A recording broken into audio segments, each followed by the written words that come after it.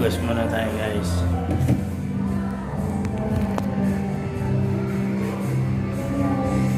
Babe! Oh! Ano ginagawa mo? Hugas. Hindi, ito lang subot para malagay ko lang sa kotse at nasa kotse. Binibilang ko rin kasi meron. Wait na pesos isa to.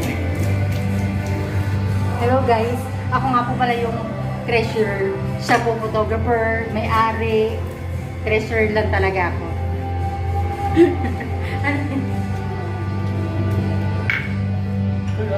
Wah!